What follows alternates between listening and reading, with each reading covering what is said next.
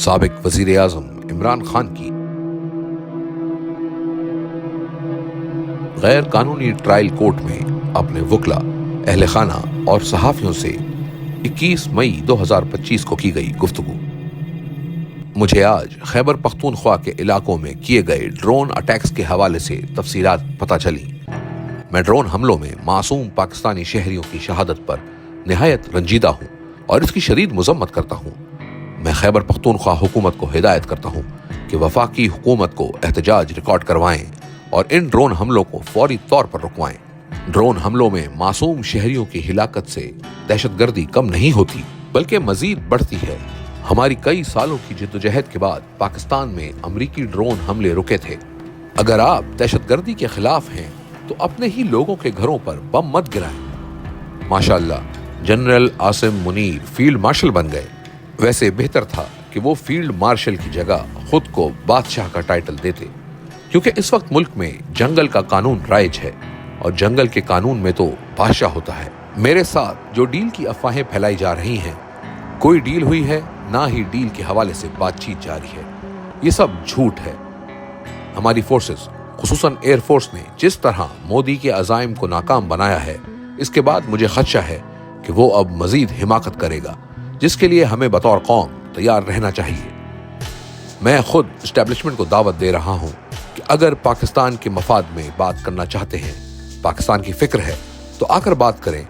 اس وقت ملک کو بیرونی خطرات، بڑھتی ہوئی دہشت گردی اور معیشت کی بحالی کے لیے اکٹھا ہونا پڑے گا۔ میں نہ پہلے اپنے لیے کچھ مانگ رہا تھا نہ اب مانگوں گا۔ پاکستان میں اس وقت ایسا ماحول بنا دیا گیا ہے کہ قانون صرف کمزور کے لیے ہے، طاقتور کے لیے نہیں۔ یہی نظام کی سب سے بڑی خرابی ہے۔